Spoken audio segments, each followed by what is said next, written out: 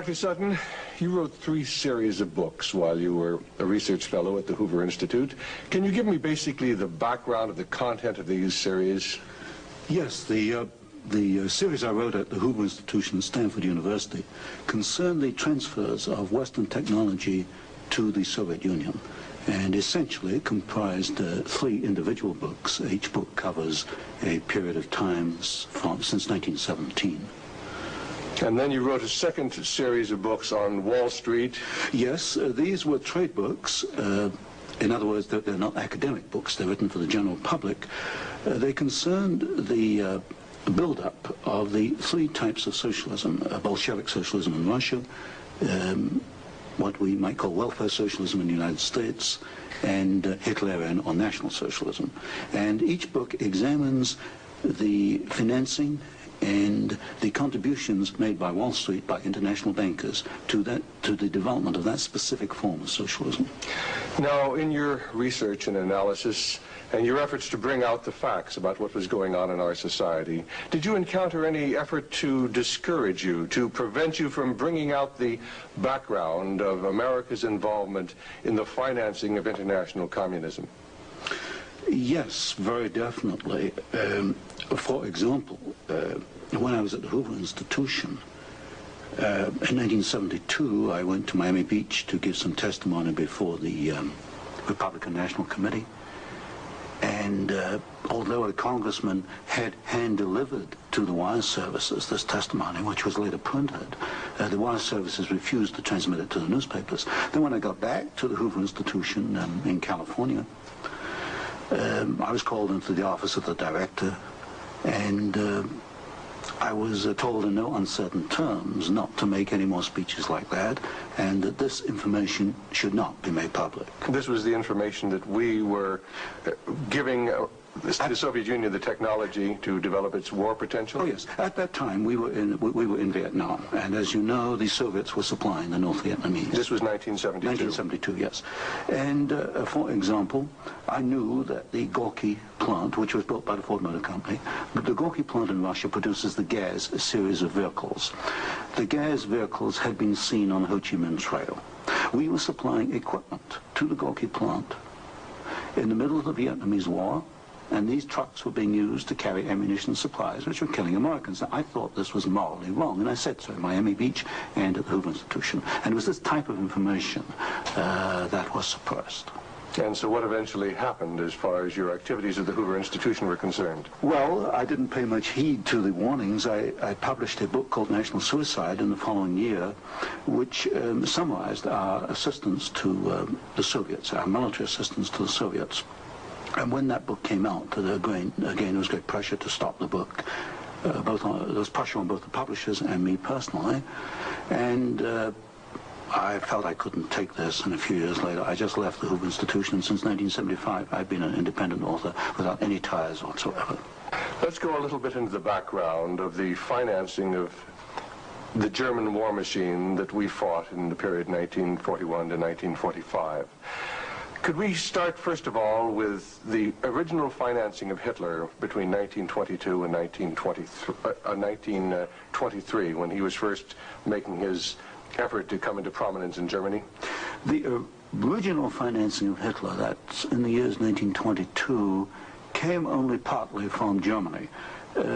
One of the most prominent Americans concerned with financing Hitler was Henry Ford. In fact, Henry Ford received a medal in 1938 for his assistance to the early Nazi Party. Then, of course, Hitler had his attempted push in 1923. He went to jail, and then would begin another era in the rise of Hitler.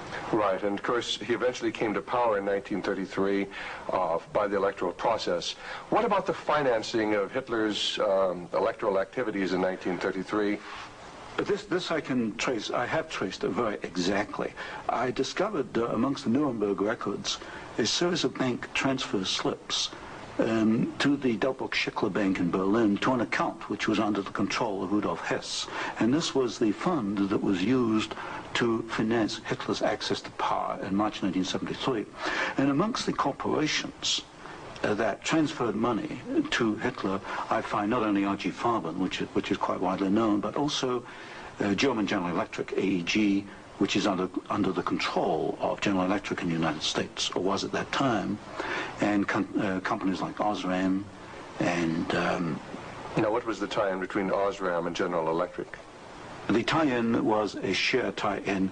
International General Electric in the United States had controlling interest in German General Electric, and also through share interlocks, a controlling interest in Osram in Germany. So then we have Ford and we have General Electric helping to finance Adolf Hitler's rise to power. Were any other large American corporations involved? Very definitely. Standard Oil, through its technical association with IG Farben, for example, Germany could not have gone to war in 1939 without tetraethyl. You need tetraethyl to raise the octane value of aviation gasoline. Germany had no means of doing that. This was developed in the ethyl laboratories in the United States and transferred to the Germans. Standard Oil came up with the hydrogenation idea, which was very essential for Germany in the 1930s, because to raise the quality of its gasoline for aviation purposes. This was transferred to the Nazis. And ITT, for example, International Telephone and Telegraph, was very intimately associated with the Nazis through Dr. Schroeder, who was head of the ITT subsidiaries in Germany. And ITT controlled companies which made not only electrical instruments, but also the Focke-Wulf plant, which made airplanes, fighter airplanes. So what you're suggesting then is that American corporations were helping to finance the German industry that was building up the war potential? American corporations, only a few, not many, financed Hitler through their subsidiaries. They transferred technology. They transferred material assistance, for example, stocks of tetraethyl before the Germans could manufacture it under the joint manufacturing agreement with the United States. And also they financed this. For example, Standard Oil financed in 1933 the development of the gasoline industry in Germany, which was needed to fight World War II. And that's a very interesting point. Could you go a little bit into the background of where Germany got its oil to fight the Second World War? Because certainly Germany doesn't have oil resources. Germany does not have oil resources, that's true. It used in World War II synthetic oil, which it got from coal. And the basic technical processes for the development of oil from coal came from the United States, from essentially from the Standard Oil laboratories, which had this technical assistance agreement with IG Farben. And of course IG Farben contributed something like 60% of the explosives needed by the German Wehrmacht, probably about 40–50% of the gasoline needed by the Wehrmacht and by the German Air Force, the Luftwaffe. And was there a definite interlock between IG Farben and Standard Oil? The interlock was at the technical level, the exchange of patents. It was through a financial technical assistance agreement. There were other interlocks with the United States through a subsidiary, IG Farben, in the United States. But with Standard Oil, the interlocks at the technical and financial level.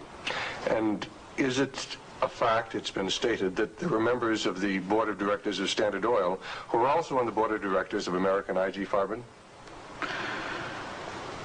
Yes, Walter Teagle is one name that comes to mind. There were several directors. Was there an interlock with Ford between IG Farben and American IG Farben and the Ford Motor Company?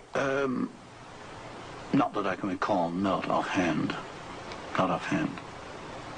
So basically what we're seeing then is American industry helping to provide the technology, helping to provide the finance, helping to provide the material that is going to allow Hitler to create his war machine. Yes, that is correct. That is correct. Now, in your book, Wall Street and the Rise of Hitler, you talked about the bombing patterns during the Second World War, and the fact that it was amazing that there were certain factories that were not bombed, whereas the majority of the German factories were decimated, German-owned factories. There were certain factories that tied into this interlock we've already alluded to, that for some strange reason seemed to escape the devastation of our saturation bombing.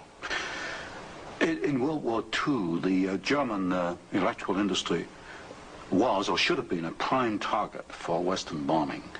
But in practice, the German General Electric plants were not bombed. Of the 10 major plants, not one was bombed, and a half a dozen others had trifling damage, broken windows, that kind of thing. So what we have here is a very interesting case of an industry which should have been bombed in World War II, but was not bombed, and yet we have American ownership, which raises a certain amount of suspicion as to why it was not bombed.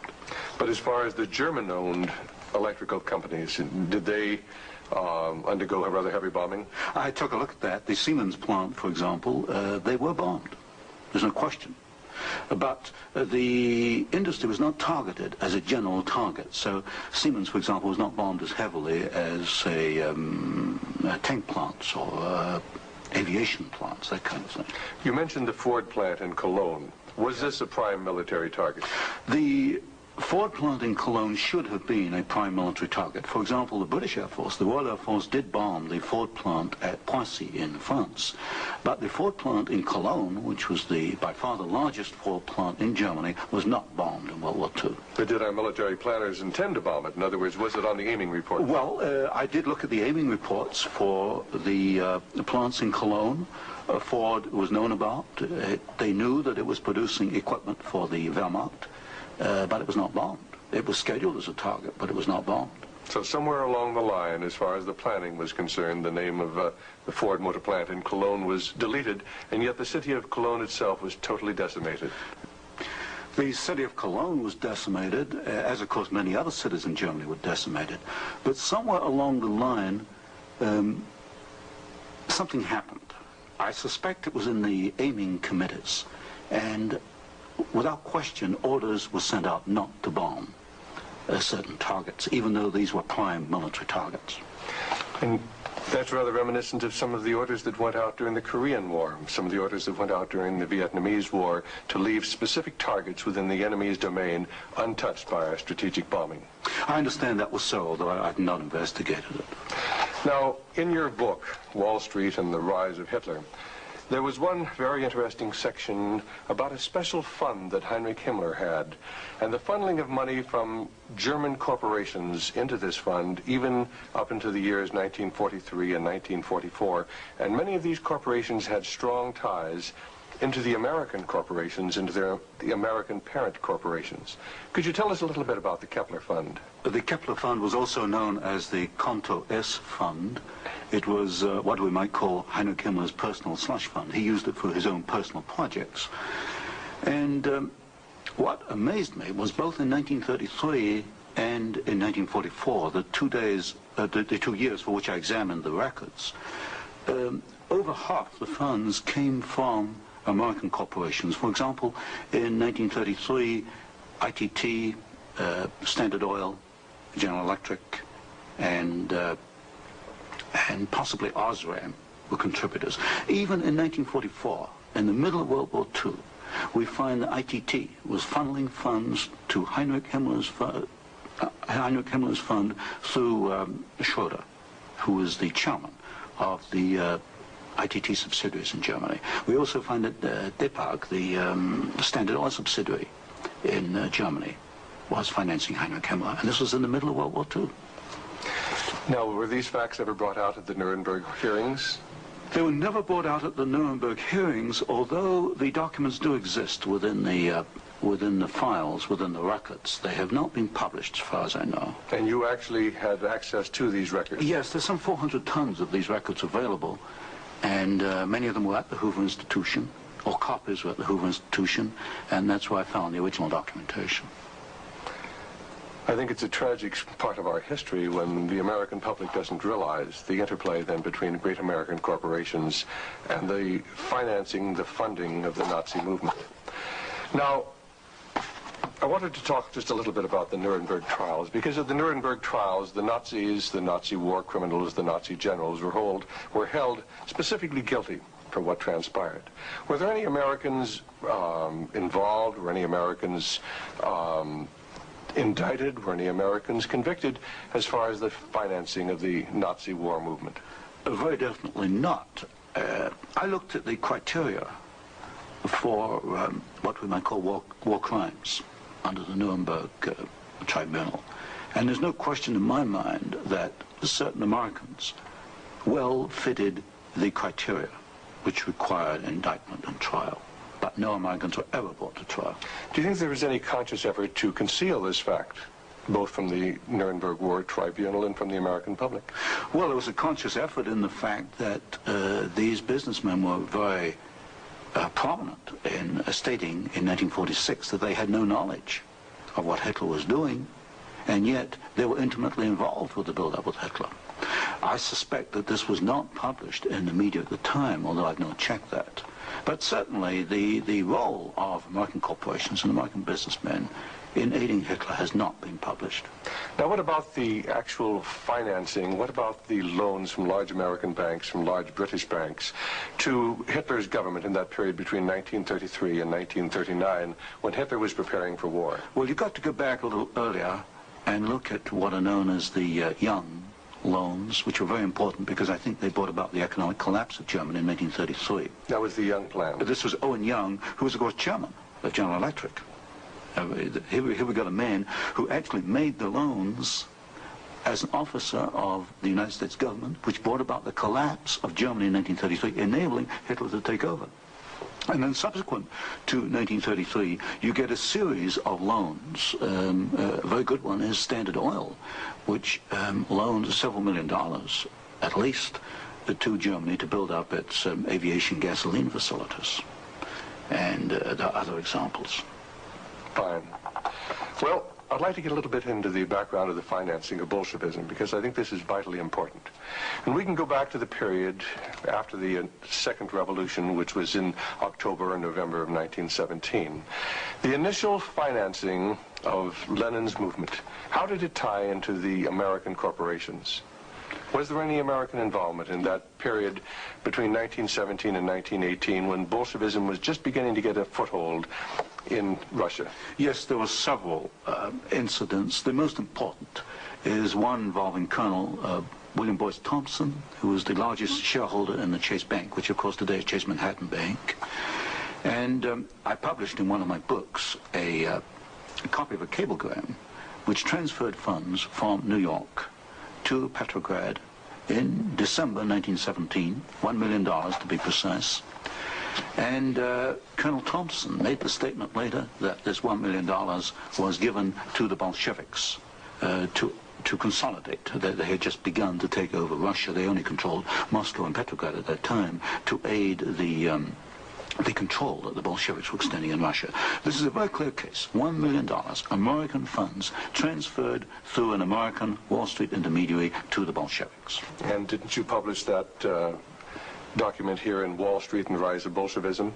I published two statements. One is a copy of the cablegram, and the other is a copy of the news clip of the statement made by Colonel Thompson at that time that he had made this contribution. Now, why would an American capitalist, an American financier, help to aid Bolshevism? The only answer, and of course this puzzled me for years, you know, why? Because we understand there to be an opposition. And the only answer I can come to is one of captive markets. The United States did not want another United States in the world. And of course, if you look at the world map, Russia is 2 or 3 times larger than the United States. Imagine this as another United States, as another competitor to the United States. What the United States wanted, or Wall Street wanted, was a captive market. And of course, socialism is a captive market because my earlier studies at Stanford University have brought out the fact that a socialist system cannot innovate. It's got to import innovation and technology from the West.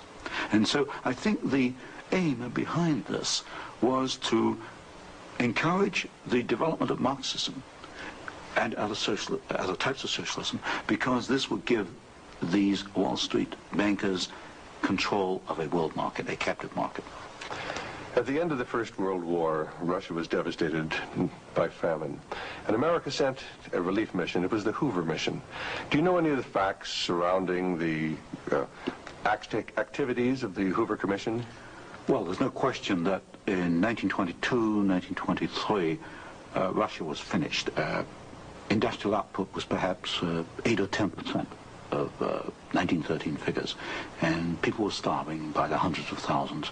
And the Hoover mission was organized, of course, to send aid to Russia.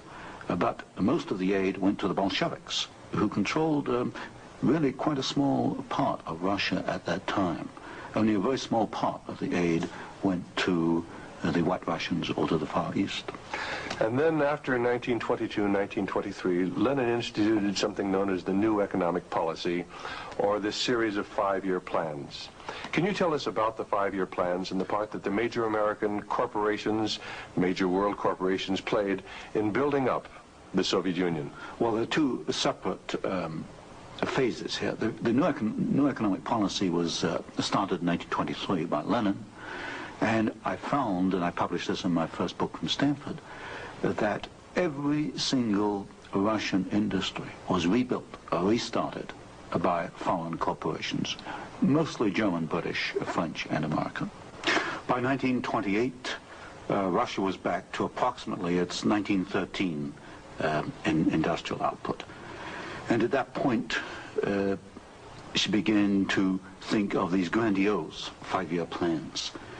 And in 1928, Gosplan, which is the Russian government planning commission, actually designed an initial 5-year plan, but this was thrown out, it was inadequate, and American corporations were were brought into Russia.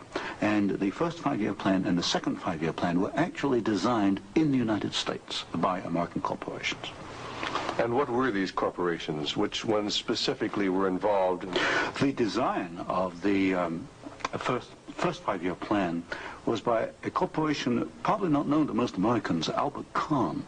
But Albert Kahn was the foremost industrial architect in the United States. And Albert Kahn laid out the basics of the first 5-year plan for the Soviets.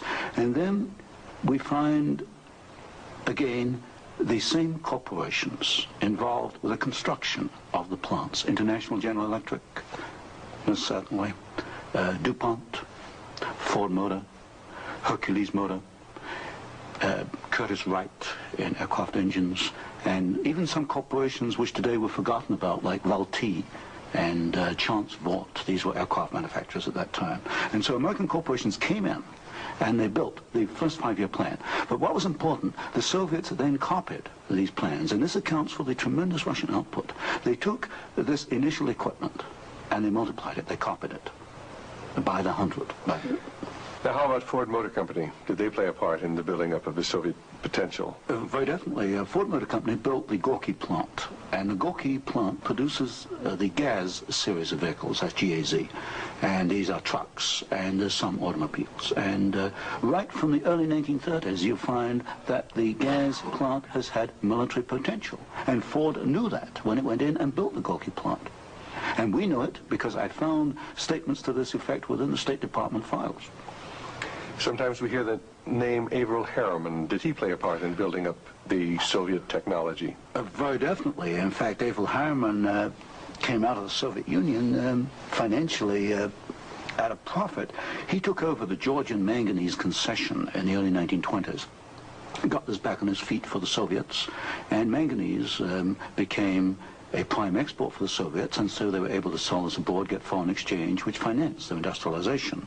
And then they bought out Harriman about 1929, and Averell Harriman received as compensation $1 million more than he put in the first place. How about Armand Hammer of Occidental Petroleum? Armand Hammer is a very interesting example. Armand Hammer received the first foreign concession in 1922. In asbestos in the Ural Mountains. And he also conducted for the Soviets a number of other enterprises, right down to pens and pencil manufacturing, for example. But Armand Hammer is interesting because his father, although Armand Hammer today is chairman of Occidental Petroleum Corporation, his father was Julius Hammer, who in 1919 was Secretary General of the Communist Party USA, which emphasizes the argument I made throughout my books, that at the top level, there's no difference between your top communists and your top capitalists. They interlink. You've got Armand Hammer, chairman of Occidental Petroleum. His father was secretary of the Communist Party USA in 1919. So it's basically a power grab. It's a power grab, an international power grab. Now, during the Second World War, why, Russia was pretty well decimated once again by German forces. What part did the American Lend-Lease program play in building up Russia's industrial capacity after the Second World War? Well, Lend-Lease built up Russia's capacity, modernized it, and expanded it during World War II. And there was some continuation all the way through perhaps to 1948, 1949. There was a program after Lend-Lease, which was supposed to be restricted to foodstuffs and industrial materials, but in effect, I checked the records in the warehouses in Suitland, Maryland, I find that even after World War II, and this was against the intent of Congress, I suspect, there was a massive transfer of the latest industrial equipment to the Soviet Union under the so-called Lend-Lease program. Now, in 1948, there was a fascinating book came out by Major Racy Jordan, in which he talked about American aid to the communists as far as their ability to build nuclear weapons. Did you ever have an opportunity of verifying the facts that we had given them the heavy water, we'd given them the wherewithal to build their atomic weapons? Well, as part of the work I was doing at Stanford, I did investigate the shipping documents for Lend-Lease, and I took a sample of these documents and I checked them against Major Jordan. And broadly, Major Jordan was correct within, say, about 5%. And Major Jordan, of course, made the charge that we had shipped materials to the Soviets, 1944, 1945, which were later used in their atomic program. There is no doubt, he is correct. We shipped heavy water, which is essential, but we shipped other items which are perhaps less obvious to the layman. We shipped, for example, aluminum tubes, and aluminum tubes are essential for atomic energy development. We shipped graphite, and graphite is another essential component. So generally, as far as I could check, and I checked the original government Lend-Lease document, General Major Jordan was correct. Now, as the years have gone by, of course, we see a growing Soviet nuclear threat. The Soviets now have MIRV missiles. Mm-hmm. Can you give a little of the background on how the Soviet Union, which really didn't have the technology to develop those MIRV missiles that threaten our cities today, how were they able to develop the MIRV capacity? Well, you've got to go back and look at how the Russians were able to develop a rocket, space technology anyway. What they did after World War II was American forces were held back for a while the Soviets occupied East Germany. They stripped East Germany. They took back the latest of the V2 rocket technology from Peenemünde and other places. And the V2 became the basis of the Russian space technology. Now, if you skip the intervening years, you will find when you come to the early 1970s that the Russians did not have the capability to MIRV their missiles. And in particular, they lacked the ability to produce the very precision, micro-miniature ball bearings that are needed for the control systems. There was only one company in the world, Bryant, Chuck and Grinder, which could make the machinery which machines the races within which these ball bearings run. And without those races, you just cannot make MIRV missiles in any quantity. You can make one off, but not in quantity. Bryant, Chuck and Grinder was allowed to ship to the Soviet Union 45 of these machines at a time when we only had 33 in the United States. But wasn't there any objection to doing this? I objected at Miami Beach in 1972. Other people objected, but the objections were squashed. And predominantly at fault here is Henry Kissinger and the incoming administration, the incoming Nixon administration. This was known, I'm sure it was known in DOD. If I knew it, then certainly DOD knew it. But the objections were squashed, and there was suppression of the information. And so once again we see America building up the military capacity, the nuclear threat from the Soviet Union. Well, this goes, when you talk about MIRVing of missiles, you're talking about a quantum jump in your military technology. Now, I'm not a military man, but to me, the ability to do that is a massive leap forward. And we enabled them to do it, and we did it knowingly and deliberately. During the Vietnamese War, the Soviet Union and the Eastern European satellites were the primary suppliers of war materials to the North Vietnamese who were killing American boys in South Vietnam. Would you comment on our aid and trade with the Soviet Union and with the Eastern European satellites during that period of time? Well, there's no question that the Soviets were the prime suppliers of military equipment and supplies to the North Vietnamese. Let me give you an example. the American pilots, as they flew over the Ho Chi Minh Trail, described the trucks that they were seeing as American trucks. Well, they were American trucks because they came from the Gorky plant, and Gorky was built by Henry Ford.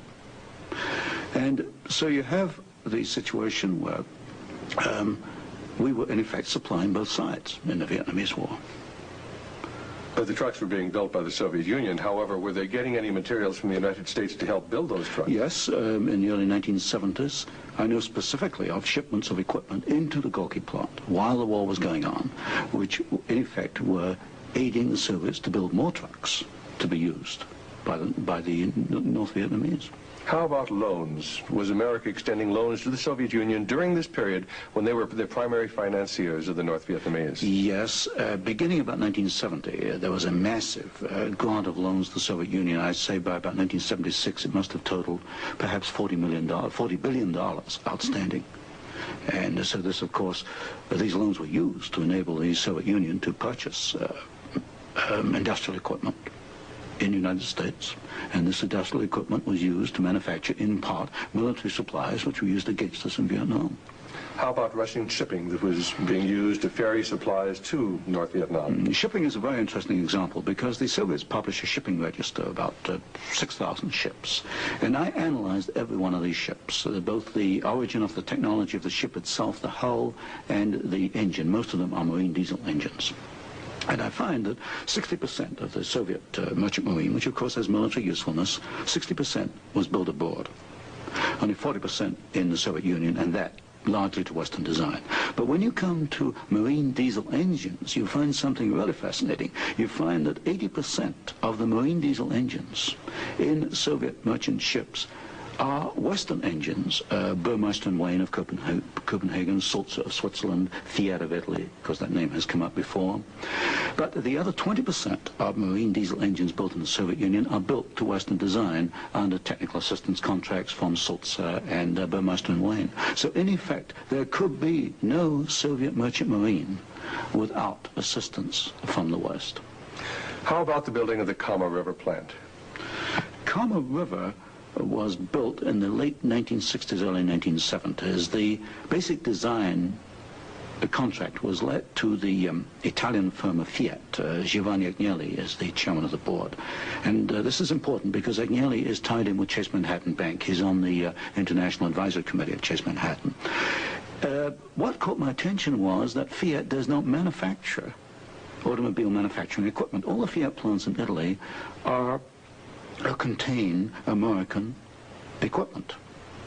And what I found was that the equipment was coming, perhaps about 60–70% of it, from the United States, from major automobile equipment suppliers in the United States. I think it was known as the Fiat plant as a cover to perhaps divert attention from the fact that during the Vietnamese War, we were building the largest plant in the world. It covers 36 square miles. We were building for the Soviets, with American equipment, the largest plant in the world. And so it was called the Italian Fiat plant, and I think this was a blind.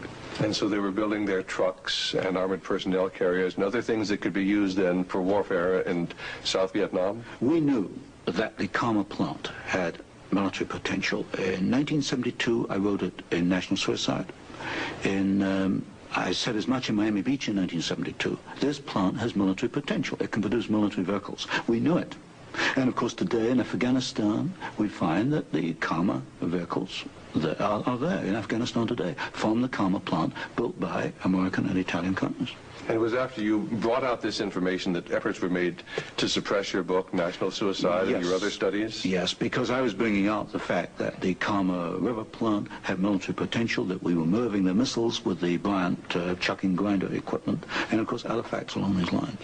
And what sort of pressure was brought to bear upon you? What sort of pressure was brought to bear upon the publisher of your book, National Suicide? There was pressure on the publisher to prevent publication, to stop publication. He refused to do so. There's pressure brought upon me first to withdraw the book, and then a rather deceitful sort of pressure. It was claimed at the Hoover Institution that I had plagiarized Volume 3 of my Western Technology series, which was being published by Stanford University. Well, firstly, I challenged them to point out the plagiarization, and nobody could find even two sentences that matched up. But then I pointed out that I cannot plagiarize my own work. I hold the copyright on both books, and nowhere in the world can I plagiarize myself. That's a logical impossibility. And then gradually it built up over the following years that my research was perhaps going a little out of what was perhaps required or welcome would be a better word, and it should be confined within more narrow boundaries. And at that point in 1975 I left the Hoover Institution, and since then I've become an independent author, and I can publish what I want to publish. Do you know of any other instances where efforts were made to suppress publication of books through the Hoover Institute? I know one example, one I was personally aware of, and that was Julius Epstein's book on Operation Keelhaul, which is a very important book on the treatment of Russian prisoners of war in Germany after World War II. This book was in manuscript for several years, and he was not allowed to publish it. I heard that firsthand from Julius. Right, and eventually it was, of course, brought out. It was at a later point. Now, another example I can give is my own Western Technology series. The third volume of that was held in galleys for 1 year. Now, it costs a lot of money to hold a book in galleys, because when a book is in galleys, you want to get it out on the market to start recouping your investment. That book was held in galleys for 1 year because it was not politically wise or acceptable to publish it at that time, even though it was an academic book. Now, you've done some fascinating studies on the Trilateral Commission. Can you tell us about the Trilateral Commission? The Trilateral Commission is a private organization founded by David Rockefeller in 1973. It was essentially financed by Rockefeller and some of the foundations, Kettering Foundation, Danforth Foundation, Ford Foundation. Ford Foundation was a very major contributor. And the stated objective is to encourage discussion amongst what they call the trilateral regions. I should point out that of the 300 members, 1/3 come from the United States, 1/3 from Japan, and 1/3 from Europe. But in effect, I find that the actions of the Trilateral Commission are very much self-interested on the part of the international banking community in New York. Now, as far as the Trilateral Commission's influence on the American government is concerned, it's been said that there is a very excessive representation of the Trilateral Commission in Jimmy Carter's cabinet and in Jimmy Carter's administration. Well, excessive is rather an understatement. I think there's some 200 million people in the United States. There are only 77 trilateral members who are American. Out of that 77, I counted no fewer than 18 trilateralists. That's about 1/3 of the American trilateral contingent turns up in the Carter administration. Mr. Carter himself was a trilateral, Mr. Mondale, Mr. Brown, Mr. Vance, Mr. Blumenthal, Mr. Brown, Secretary of Defense. In other words, they occupy all the senior cabinet and sub-cabinet posts. In fact, there's some key committees, intelligence and defense committees, which are only comprised of trilaterals. So here you've got 77 Americans selected by one man, David Rockefeller, who's chairman of Chase Manhattan Bank. And we find that they turn up in the key controlling positions in Washington under the Carter administration. And would this suggest to you that perhaps we do not select the government, that it is selected by these people who work behind the scenes? You can come to no other conclusion. If you look today at who's running for office, you find Mr. Bush is a trilateral, you find Mr. Anderson is a trilateral, Mr. Carter's a trilateral.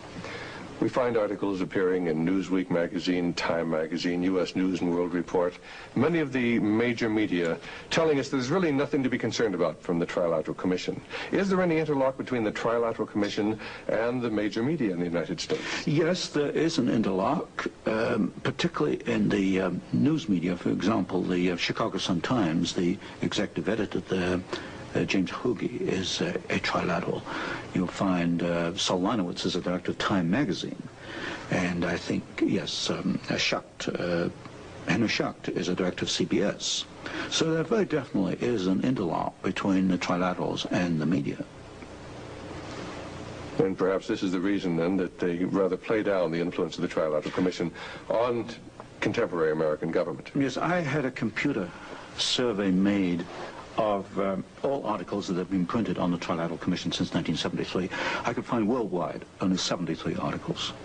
Now, what's the relationship between the Trilateral Commission and the Council on Foreign Relations? Well, of course, the Council on Foreign Relations is a much older organization founded in 1920. I did a study in which I compared trilaterals with or without membership in the CFR, Council on Foreign Relations. I find there's something over 50% overlap.